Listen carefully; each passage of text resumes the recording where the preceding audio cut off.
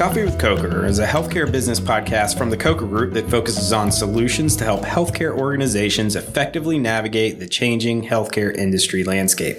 Welcome to another episode. My name is Mark Reibold, and I'm the host of Coffee with Coker. And joining me today on this episode are two Coker team members. One is Jewell, who's a senior vice president and heads up our physician services team, and Stephen Ross, who's a senior manager and works in our financial and operations and strategy group. Brandt and Stephen are talking today about investing in employed provider networks, measuring and improving practice financials. This is actually ties to a white paper and some other research that Brandt and Stephen have worked on, and we'll make sure those resources are available. But they're talking about operational improvements and financial improvements in employed provider networks, specifically or most commonly in the health system or hospital setting, but also for all of these principles would apply for private groups. So Brandt and Stephen talk about a number of things, but they start with some of these standard models and practices as it relates to employed physician networks, different structures that apply both to an employed network as well as independent practices, and somehow some of those models differ. And then we talked about kind of the return on investment or valuing the investment in an EPN that a hospital or health system might have. And so I thought it was a really good discussion. Coker, of course, does a lot of work in the realm of employed physician networks, and obviously there are a lot of questions that come up, a lot of challenges, and navigating those can be a very unique experience for a lot of organizations. So I think this was a really good discussion. I think listeners will find it very helpful. We thank you for listening. We always encourage you all to continue providing feedback. So you can find us on social media at Coker Group. You can also find not only this episode, but listen to all of our episodes at coffeewithcoker.com, and you can provide feedback to us as well. So if you have suggestions on future topics you'd like us to address, or if you have any questions from previous episodes, feel free to pass those on. We'll make sure to respond to those either directly or in a follow-up episode. Again, we thank you all for listening, and we look forward to hearing from you all in the future. Enjoy.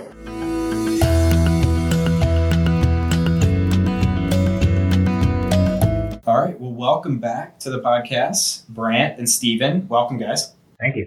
Yeah. Glad to have you back. And as we mentioned in the intro, today we're talking about employed provider networks and specifically measuring and improving practice financial performance. And so let's dive right in. And Brandt, maybe I'll let you kick us off if you don't mind.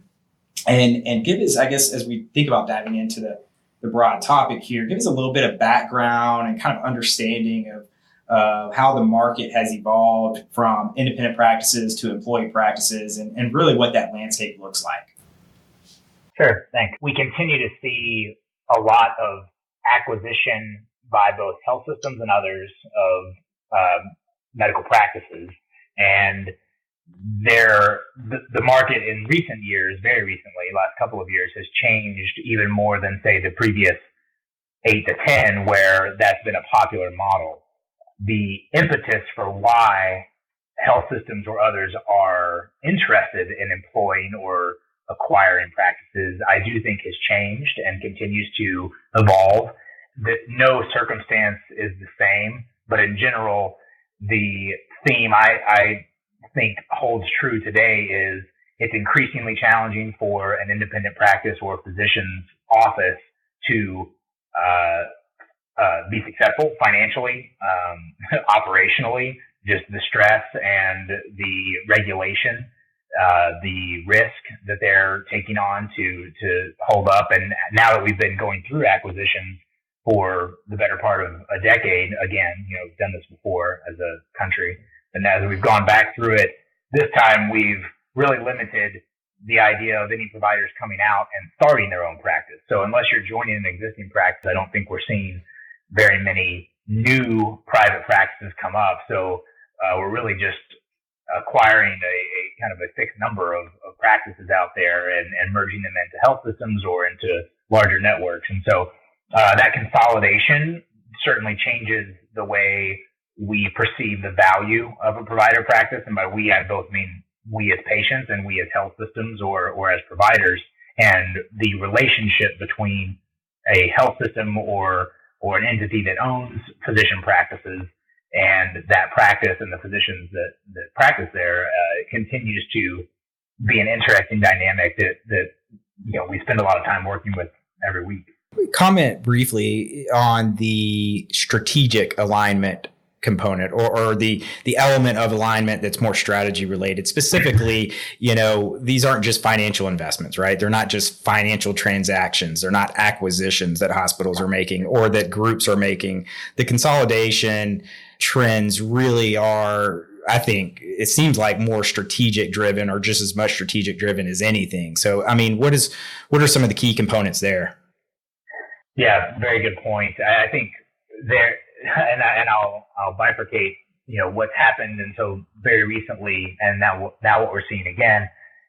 Many of our clients, being health systems, are not purchasing or acquiring practices for financial return. There's obviously financial implication for acquiring a practice or integrating practices into your system, but that's usually not the key driver. Sometimes it's a proactive strategy and sometimes it's a defensive strategy. And recently we've seen a lot more of the latter on the defensive side, where it's not health systems saying, oh man, we'd really like to gain market share and we need to secure this independent group so that we can be more competitive. And therefore we're willing to, partner with them in whatever way possible, employ, et cetera, to bring them into our network. Now we're seeing more the case of providers going to a health system who maybe has made that decision a few times and out the way they wanted. And they're saying, hey, look, we can't continue to survive on our own independently. So we need to come up with some way to, if you want us in this market and want us to continue working with your hospital or your facilities, we need a way to maintain our independence.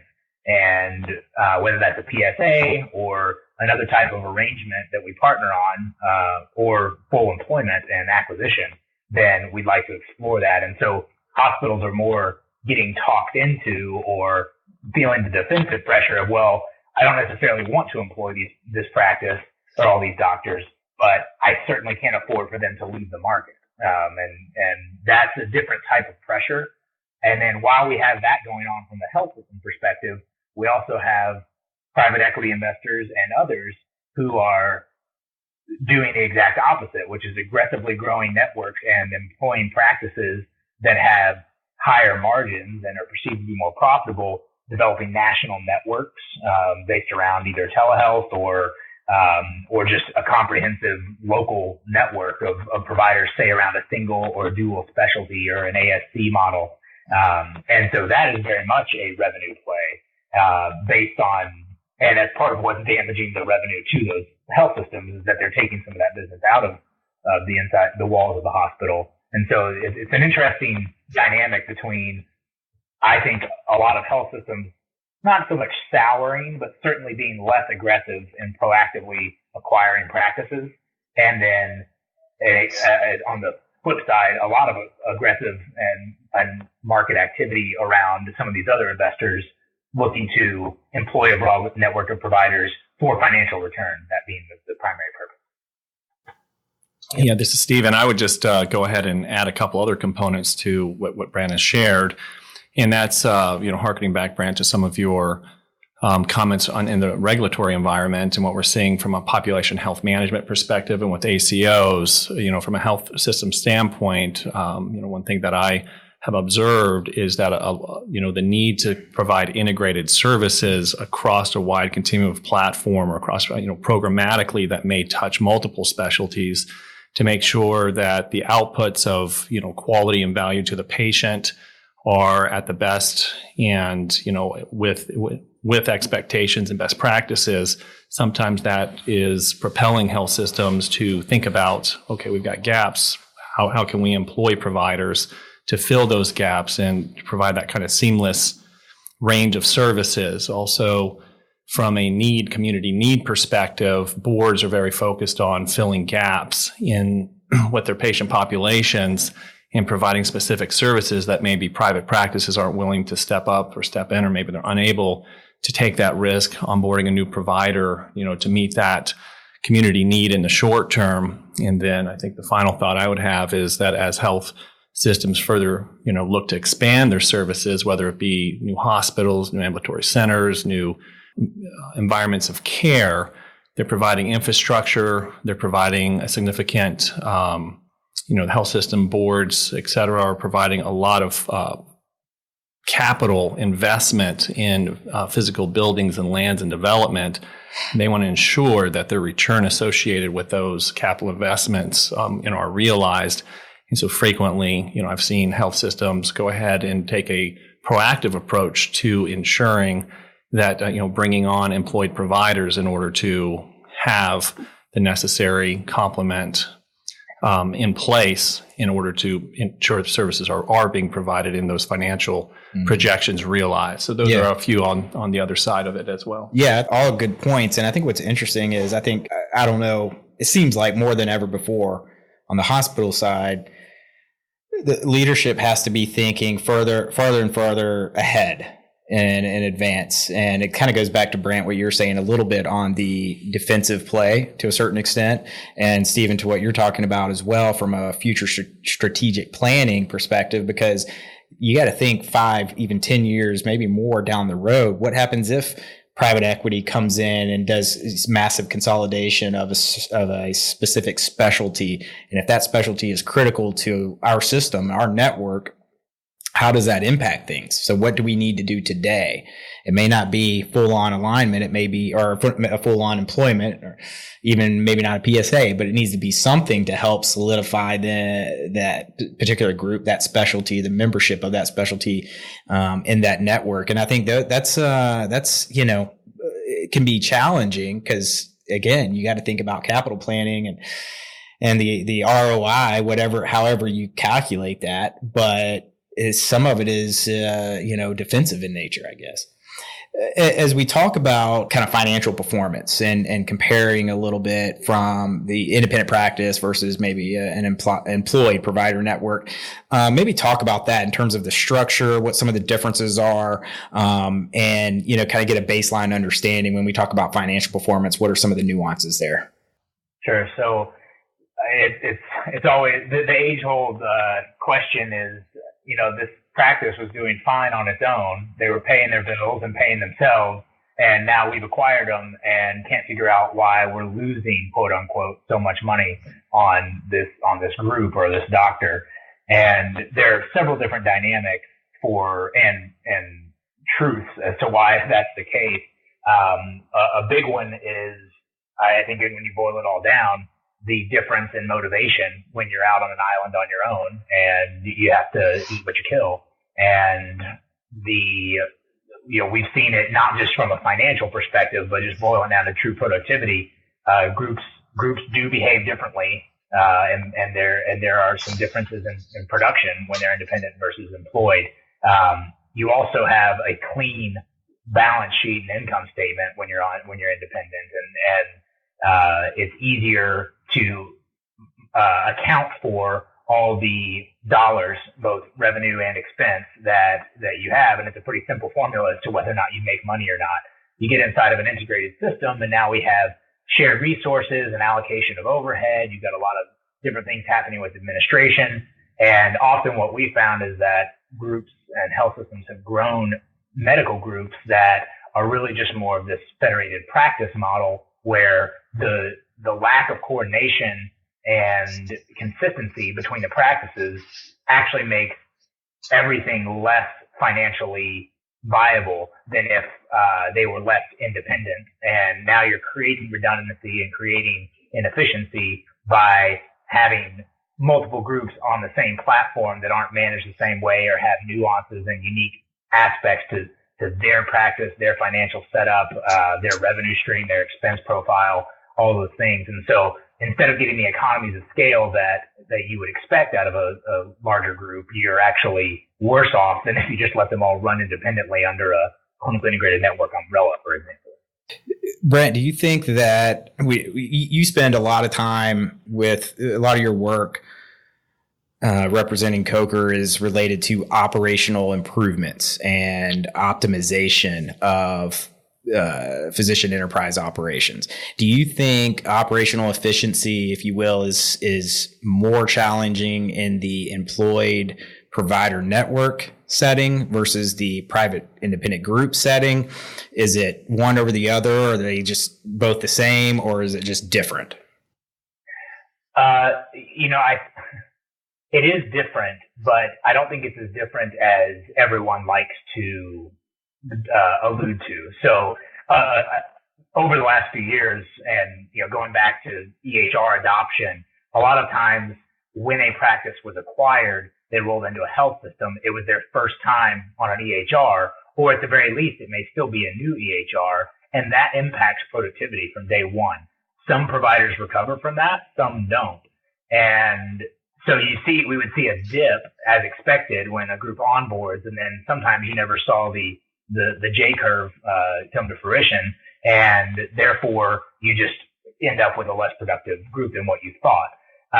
It also is meaningful to look at contracts. The health system might be incentivized differently from a financial perspective with their reimbursement or maybe value-based contracts than an independent group was, and so straight volume production might not be the way that they drive the most meaningful revenue anymore. And so what I like to look for when we go to practices and determine whether or not there's something systemic that's preventing providers from being either highly productive or efficient, happy, using the right number of staff or an appropriate number of staff, all those things.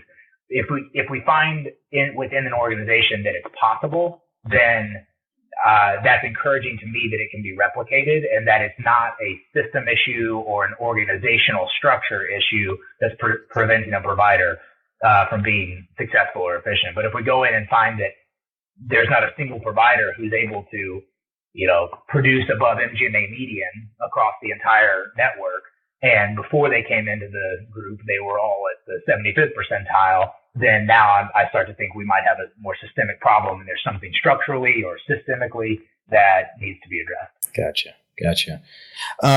One of the things I've talked about in the last couple months, even, in fact, we've talked about on the podcast and I've done some writing on it, is the trend of changing neutral site payments, and specifically how ancillaries or the value of ancillaries, I guess, basically is what it boils down to, and how hospitals can bill at different rates versus independent groups. And when that issue came up, one of the things that we talked about or considered was, okay, the financial impact on hospitals if they change that, right? I think it was over $700 million in the first year or so is what was expected as far as a negative financial impact to hospitals and health systems. One of the things, though, I thought about that was more kind of downstream consideration on that is, that was a big driver for a lot of this consolidation in the first place, right? That the hospitals can get better rates off the ancillaries, and ideally that value can kind of trickle down throughout the system. And so that drove a lot of the hospital physician alignment deals literally over the last 10 years or more. So my question isn't so much what's the initial financial impact of changing that, but what does this do and potentially down the road as far as future consolidation or breaking up of some of these arrangements? Do you guys think we're there yet? Or do you think it's, hey, this is something we really need to be concerned about, or kind of too early to tell? Yeah, this is Stephen. From a health system perspective, I think it is a matter of concern because they stand the most to lose, sure. In these acquisitions and also, strategy. Hospitals have sought to make facility-based, the ancillaries facility-based, and have gotten the benefit of revenue from a service line perspective on that, considered holistically. Another benefit has been that health systems now don't have to compete with their physicians for ancillary volume, meaning it's consolidated. And so in some respects, that's kind of driven down, we've seen that it's driven down cost. in that maybe you don't need 2 MRIs in the market or in a relatively close location, and that, we can funnel resources into one access point. And so it streamlines some processes as well as improved capacity, kind of, if you look on the cost side of it, really improved efficiency, driving the cost per case down or cost per procedure down. And that's interesting too. Again, just it's no longer a them versus us type Correct. Competitive mindset too, which is significant. And if you can really focus on, okay, what is the scope of services that we need to, and the scope of ancillaries that we need to provide to our patients instead of competing on, tit for tat, then I think, in health systems where they've been able to achieve alignment, we've really seen some good things in terms of the programmatic approach, going back to some comments on, what are the outcomes and best practices, becoming a regional kind of recognized provider for a specific service or across several services. And so that's just a benefit. I think with site of service, payment changes, that's a reality. Most of that's going to be borne on the, health system side. But from a strategy perspective, I don't necessarily think that, as you mentioned in your opening comments, Mark, that, total financial consideration alone was the key driver for these type consolidations and employment of physicians. There's a greater strategy at hand. So, I don't see that substantially changing in the future. So hopefully it doesn't completely erode the fundamental strategic justification or rationalization for doing the deal. It may not make it as financially appealing or as great of ROI, but not completely just break it down. And I think, correct. And I think it will have a dampening effect on health system transactions in the future, but perhaps not to the extent of breaking apart what's together, to the extent that there's a greater overarching strategy in play. Very helpful. Well, let's talk for a minute about, or kind of dive into that whole ROI and financial performance discussion. And, specifically, I'm curious, and I'd love to hear what you guys think in terms of what value hospitals and health systems ultimately get from these investments. I genuinely believe, and I've said this a lot, that the quote unquote ROI for a hospital from doing these deals, it's very different. And we've already we talked about that a little bit, but maybe break that down a little bit and talk about what are some of the things that make it unique, and, how do we understand what those investments should and perhaps do look like? Yeah, I think the discussion around ancillaries is a poignant one for that question, because that's one of those things that when a hospital decides to acquire a group, they know they're going to strip out some of what was valuable in the walls of that group before, for hopefully better reimbursement on inside their own walls now with the practice. They're also establishing their network. And so, the hospital is ultimately funneling patients through their doors via their employed provider network. And that has been the model to date and the primary driver for acquisition. And in the most recent years, with value-based reimbursement and a lot of, the burgeoning ASC environment, and a lot more delivery of care outside the walls of the hospital, with a trend for that continuing to, as you alluded to, Mark, a potentially very damaging revenue impact for hospitals.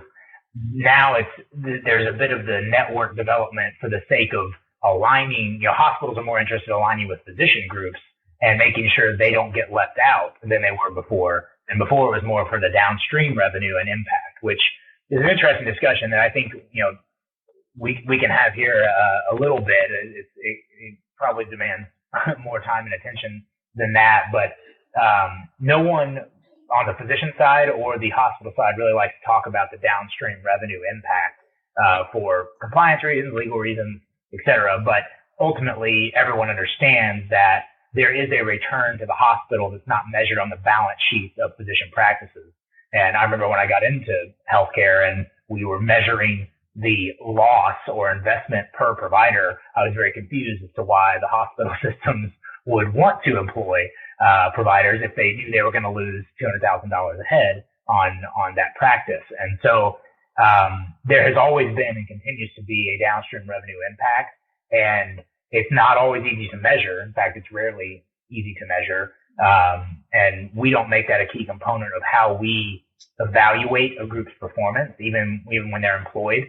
But that is still a primary motivator. And so when we start to allocate costs, or we start to evaluate groups, and from a financial perspective, there are a lot of questions, and it's different from system to system or hospital to hospital as to how we account for that investment per provider. That seems to be a fixed, a key number for operators on both sides of the fence to evaluate the success of a group. Yeah. I think it's always interesting when that whole loss per provider or loss per physician from a health system's perspective comes up, because I've heard every which way. I've heard hospitals say, no, we'll never acknowledge a loss per provider. We won't lose money on them. Others, it's like it's inevitable. And then there's others that kind of, I wouldn't go so far as to say it's a badge of honor, but it's almost like a justification. It's almost like, hey, this is the investment we're putting into the community because of the community need. And in the reality is that number is always a moving target, and to a certain extent, it's typically skewed a little bit anyway. Because to your point, Brandt, the specific metrics we are pegging that loss or gain to, is a little bit skewed in terms of that downstream value that the hospital ultimately collects. But I do think it's relevant in a evolving dynamic, particularly like you said, around ancillaries. Yeah, and it's further impacted by the type of health system. Whether it's a not-for-profit, for-profit, small regional, urban environment, competitive landscape, or academic setting, those all have very different financial management component to them.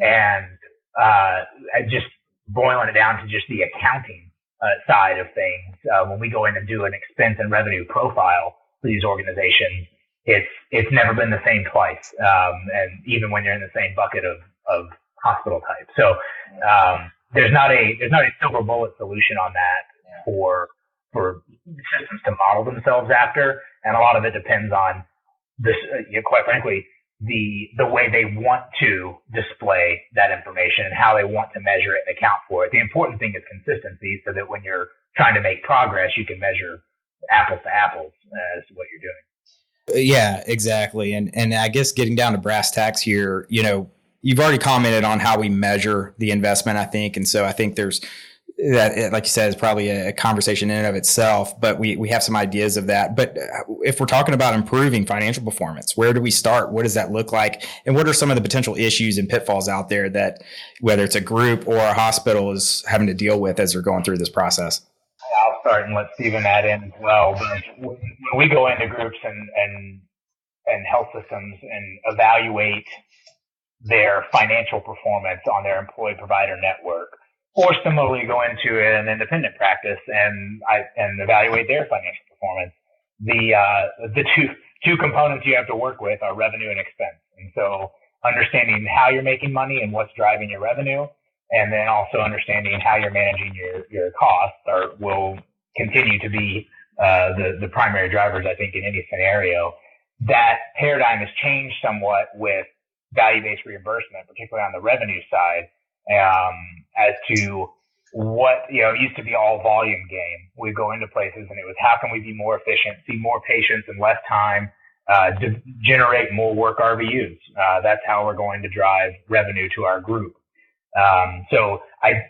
Most places are still largely incentivized around volume, and most of the groups that we work with continue to be concerned with that. And at the very least, even if increasing volume isn't a priority, being efficient with the time and slot utilization, schedule management, et cetera, patient access is important on both a volume side and on a value-based side. So there are certain drivers that I think continue to be the same and will always be that. Same thing with, staffing on the expense side and compensation on the expense side. These are some of the key components that we're always evaluating.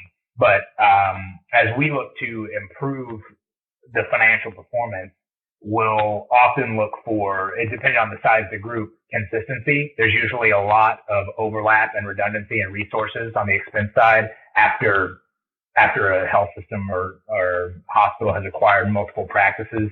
it's hard to integrate them efficiently and have the right structure in place. So it can be structural, it can be staffing related, or a lot of times on the incentive side, how are we incentivizing our providers, and what are we getting from the incentive plan we've put in place? So all of that, I think, is a primary area for us on expense side. On the revenue side, again, with mostly fee for service, a lot of it has to do with scheduling efficiency, slot utilization, things like no-shows and cancellations that end up driving, sometimes 10 to 20 to even 30% vacancy rates, where those are opportunities with providers sitting idle that could have been utilized better. The question in our mind is always, is there demand to support filling those slots? So we do a lot of work around improving patient access and throughput. But if the demand's not there, sometimes you find out after these improvements that we may have too many locations, or not in the right place, or our provider, we might have overhired at a specialty, and we need to consider a longer term strategic plan. So I think, as a wrap up on that, from my perspective, the nature in which many groups have been employed, which sometimes happens fast and without maybe the appropriate level of due diligence, has left health systems in a post-mortem situation where when we get involved, we say, okay, here's what your expense and revenue looks like, and here's what we recommend, but you're already in this situation. If we could go back and redesign your strategy from 5 years ago, then we might do this differently if we were building organically. But with where you sit today, these are the levers that you need to pull, or the buttons you need to push to make improvements. And I would just add that from, an overarching approach, perhaps a good way for healthcare executives to kind of take a look at what is their, practice investment, what is reasonable from an apples to apples comparison relative to an internal relative standard of performance, is that perhaps, we frequently recommend using sort of a contribution margin basis to evaluate overall physician financial performance. Now, as we've alluded to, with any exercise that connects medical group data and hospital facility data to derive a type of contribution margin, we mentioned that, we always recommend excluding such analysis from physician compensation discussions and decisions, and including, legal counsel in those type of discussions, and just making sure that we're dotting those I's and crossing T's. But one of the real values of taking a contribution margin approach to evaluating overall EPN performance specific to physician within specialty and specialties between each other is then leadership can really focus on underperforming practices with the actionable strategies, Brandt, that you are outlining. And, it really then highlights whether the lackluster performance is tied to, is it high self-pay or Medicaid payer mix, thereby justifying the health system's mission? Is it leakage in those patient referrals, barriers to access and such that you have discussed, Brandt? So, largely we believe using contribution margin per employed physician can translate into an objective measure with which to evaluate the reasonableness of the investment per physician. And that's just as opposed to using other benchmark data sources, which, we've kind of highlighted some of the variation within, why that data may not be the best for every EPN to use. Yeah, I think that's a good point, because we all, in all cases, I think recommend it's best to take a aggregation of all the different data points that may be out there. And you ultimately have to, it's one thing to just pull a benchmark, right, and try to use that as a baseline or a basis, I guess. It's very different when you take multiple benchmarks, multiple data points, and tailor it so that it is relevant to those nuanced characteristics, whether it's mission, like you said, leakage, whatever that may be, because it really is a analytical process. It's not just, grabbing the benchmark data point that seems to work the best or be most attractive. There's another area we haven't discussed that's kind of a key component, not only for us, but just a very hot topic, I think, for a lot of groups out there now, because it's perceived to be somewhat low-hanging fruit when we talk about revenue cycle efficiency. This is work you're already doing and money you should already be collecting or realizing the benefit of. And a lot, it varies as to what the opportunity looks like, but every time we go into a group to discuss financial performance, if the key agenda item is to improve the investment per provider, then you can't do that without evaluating the revenue cycle from soup to nuts, and that affects both the practice side, revenue cycle including front office personnel and phone staff, and then sometimes billers are still in the office as well. And then a lot of times we will see enough benefit strictly from the pickup on revenue cycle improvement to fund maybe some of the more investment oriented or longer term action items around patient access, throughput, expense management, whether that's attrition or site strategy, location strategy, things like that. So I didn't want us to omit revenue cycle because it has, not just for us, but from a technology perspective, whether you outsource, insource, the structure behind it, and then both the metrics you apply to it and how you manage it, all of that is a key component to financial success of a practice, independent or employed. Yeah, good points. And also, I just want to also emphasize, Stephen, to your earlier point that, this process can absolutely be extrapolated or separated from the physician comp component. So this is a separate analytical process and ongoing exercise that does not have to tie to, in fact, it should not tie to compensation, but I think sometimes it's assumed that we shouldn't be doing this because there could be fair market value issues or compliance issues there. But this is a completely separate thing and detached. That's correct, and it should be. Yeah. And I think most legal counsel across the nation would insist that it be completely in separate, discussions from any type of compensation-related strategy or other approaches, and that it really focuses on operations and efficiency, and more so looking at it from the board CEO perspective, system perspective, as a means of rationalizing and getting insight into what level of investment is appropriate. What are we getting back for that investment? Much like they would with any other type of capital investment that they may make with an MRI machine or a certain service line that they're funding and deploying and demanding a report from a fiduciary perspective on the return they're getting out of that investment. Yeah. I think it's very important distinction, because the compensation model and benchmark thresholds for each individual provider have to stand on their own merit. Correct.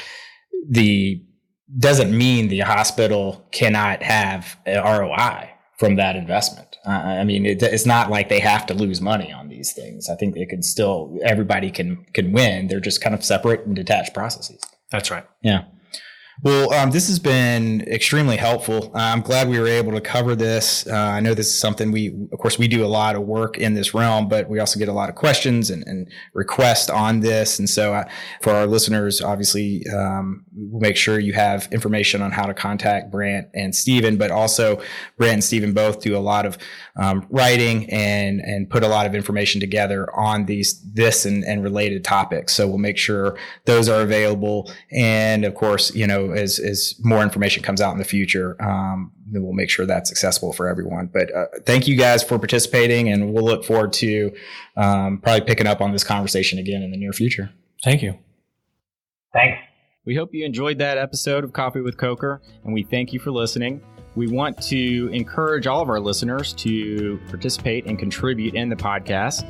So if you have any questions on any of the things we discussed in this episode, any of the topics that were presented, please feel free to ask us. Also, we welcome your feedback and suggestions. If you have any ideas related to the material we discussed in this episode, or in any episode, please let us know and we'll make sure to incorporate it. And if you have ideas for topics you'd like to hear more information about in future episodes, please send those suggestions to us. We'd love to hear them, and we'd love to incorporate them into our future episodes. You can find us online and on social media. start with our website, and specifically the podcast is coffeewithcoker.com. You can also find that through the main Coker website at cokergroup.com. You can also find us on social media, Twitter at Coker Group, and then on LinkedIn, you can search for Coker Group and find our page and the page for some of our team members as well there. So you can find us and reach out to us a number of places. And then if you want to contact us directly, one of the best ways to do that, email feedback@cokergroup.com. That's feedback@cokergroup.com. And again, we'd love to get your feedback, and we'd love to encourage everyone to subscribe to the podcast so that you can be notified when future episodes are released. We look forward to the next episode, and we look forward to getting your suggestions and feedback on this episode. Thanks for listening, and we look forward to speaking with you again on future episodes.